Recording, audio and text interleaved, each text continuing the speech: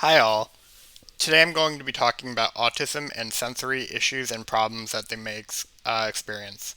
A disclaimer: not all people who have autism experience it in the same way. There's a saying that is commonly used. If you've met one person with autism, then you've met one person with autism, not all of them. Everybody with autism is very different. That is why there's a spectrum of autism, or the autism spectrum. With that out of the way, let's talk about sensory issues regarding autism. Someone on the autism spectrum might experience sensory issues in their everyday lives. This is common. These sensory issues are commonly due to sights, sounds, smells, tastes, and touch. An example of this would be it's too bright, it doesn't taste good, which more people than on the spectrum can relate to. Something touching you too lightly or too hard can also trigger it. Um, these sensory issues may cause an autistic meltdown or close to one in a flight or fight kind of response if pushed enough.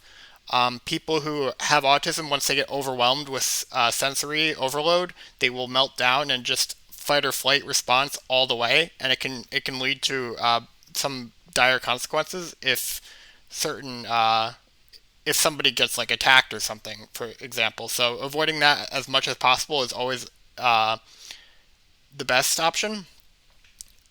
The ways to aggravate the situation even more when somebody on the autism spectrum is experiencing sensory issues is maybe you tell them something they don't want to hear that is unrelated to it. That might cause them more stress and greater the increase of a fight or flight response. Or by not taking their sensory issues seriously, you might piss them off so much that they will freak out. Now let's talk about a few ways to help avoid sensory issues in individuals with autism. First of all, just try to modify the environment to prevent the sensory issues from happening in the first place. This is the ideal situation. If you do this, they won't happen and there's no problem. But if that can't happen and they have to endure their sensory issues, make sure you have sympathy for them. And maybe if they're children, you could give them a reward for getting through it at the end of the day. That's all for me for today. Thank you for watching, and see ya.